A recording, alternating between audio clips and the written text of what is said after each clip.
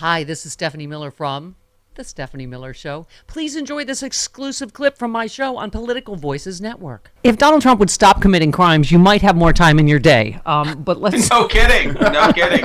Hard to squeeze even practicing law in sometimes between all of these trials and indictments. Wow. Who knew this would be your full-time job, all of y'all's. So let's talk about, everybody's been talking about the fact that obviously Trump is whining yesterday about not having a jury trial, and he could have. I mean, it is as simple as checking a box that Alina Habba obviously did not do, correct?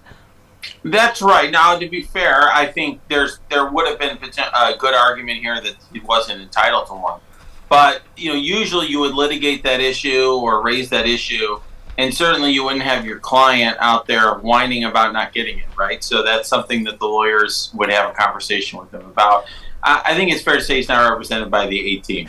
So, well, as far as parking garage lawyers, she's fine. But listen, Renato, I missed something you said there in the middle. You said there might have been an argument that he wasn't entitled to a jury trial. Talk to us about that. Yeah, so a jury trial is in a civil case, which this is a civil case, okay? In a civil case, you're entitled to a jury trial when, for example, there's a monetary damages amount, because the jury determines the amount of damages. But if you're just seeking what's called equitable relief, yeah, and that is largely what is being sought here, okay? It's like, hey, we want this guy not to be able to do business in New York, we wanted to solve his corpse, that sort of thing.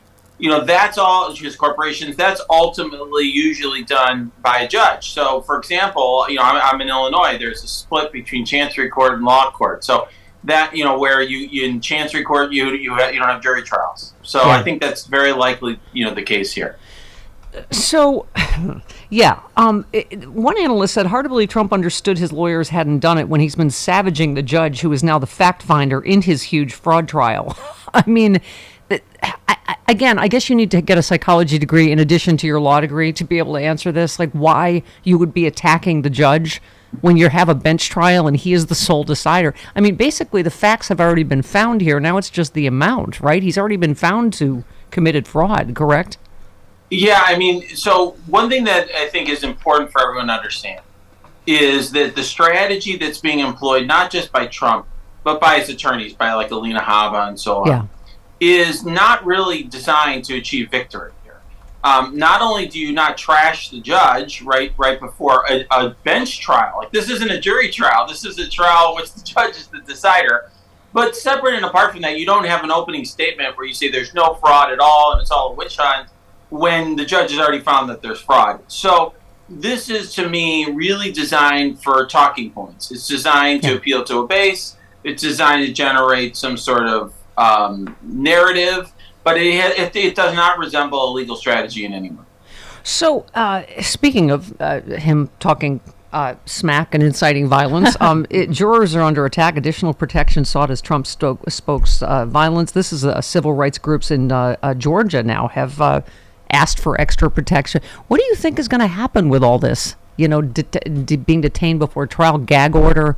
I mean, he is literally almost daily inciting violence against witnesses, jurors, you name it, judges, right? Yeah, I mean, I think my gut on how that's going to go is I think that there won't be a gag order, and I think that they won't be detained. I think what will happen is, for example, Judge Chutkan in the federal case, who really has no patience for Trump, it's very clear she's already decided she's not a big fan of his legal team and his arguments. I think she's going to do something like move up the trial date. Yeah. She's already threatened she's going to do that.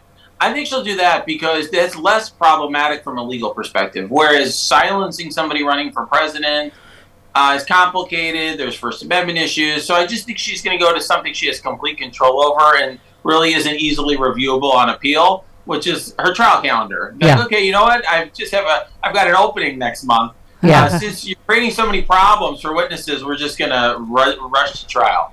That sort of thing. I'm hearing the 60-minute clock in my head. Yeah. I know it's CNN, but anyway. Yeah. It's like speed lawyering. But quickly, because Claire McCaskill said that too. For every time he breaks the gag order, she should move the trial up a week. Is there a point, Renato, though, when Trump it's better on appeal or whatever because he can say she didn't give me time to prepare. Is there a period of time in which then it's unfair to the defendant, or what is her leeway in that? Well, as somebody who actually, I'm in a partner at a big law firm and defend a lot of criminal cases, if I was in this case, I'd already be arguing it's unfair. Okay, it is hard. It takes time to prepare for trial, but the constitutional limit there is very low. Okay, in other words, the floor is very low, and so if I was her law clerk and giving Judge Chutkin advice, I'd say we're much better. And we're on much more solid ground with our trial calendar and moving that and giving him less time than we are trying to interfere with political speech during a campaign season, because one person's threats, another person's sharp words. Let's not even get in the middle of that. Let's just do what we're going to do with our trial calendar to make the points in this game. Renato, thank you for coming to the Evelyn Wood School of Speed Interviewing. Good luck back on television. We'll see you next time. Bye-bye. Bye. Thanks, Renato. Thank you. Oh, man. God, I'm winded. I feel like you should be handing me water bottles. Oh, everything that was going on behind here. I know. It's like, what is happening here? What's going on? We're having technical things on top of this? Okay. All right. I'm just saying, have you told the Radio Hall of Fame I should get some points for speed? It might not have been that good, but that was fast. Fast? I mean, that's all we can ask for. All right. He's got to go back on. We get all the best, and so they're also in high demand. They got to go back on the TV, etc. That was interesting, though, about, that's what I was wondering, is how much can she keep moving it forward before then, they're always, he's going to scream everyth's unfair anyway. Right. So you might as well shut him up before someone gets killed, in my opinion. Here's the one I didn't have time for. I did hear the 60 Minutes clock in my head. Just okay. Is Bernard Carrick seeking immunity before responding to a subpoena? This is in the Fulton County in the Georgia election interference case. Carrick is a convicted felon who served time for ethics violations and tax fraud, in case you've forgotten, before he was pardoned by Trump. So I don't know what that means. So it looks like he will testify, but he wants immunity, meaning, I guess, I assume he's dirty in this, like like they all normally are, right? So I don't know whether he'll get that, but it looks like what's his name? The one we talked about yesterday, Hall, is the first domino to fall in Georgia. So we shall see. Somebody, by the way, had a great something. Pardon me. I have my Renato stack, and I need to rejigger my stack here. Okay. Alrighty then. Hold, please. All right, rutabaga. There is something buried in the, what do you call it, the Scott Hall filing. It's interesting. People that comb through this stuff find nuggets of stuff that we don't actually see right away. But I know a lot of people are saying they think that is going to be the first domino to fall. That guy, because he was the first one indicted of the 19 in the RICO Suave charges in Georgia. Oh, by the way, looks like Arizona's getting ready to go too. This is getting good. Is there enough popcorn? No. Rico. Suave. That's funny. Poor Renato, as he was saying, he and his fellow lawyers, they have no time to actually lawyer anymore because Donald Trump has committed so much crime. That's all they have time to do, 24/7. What's the other one he's doing? The other trial? I didn't even heard of that one. The Freed trial with the crypto guy. Yeah. Sam Bankman-Fried. Yeah. Which one? Sam Bankman-Fried. Oh. He was the head of some Bitcoin. Some cryptocurrency thing that defrauded so many people. So many, like a lot of celebrities too. Yeah. Got it. Yeah. Got it.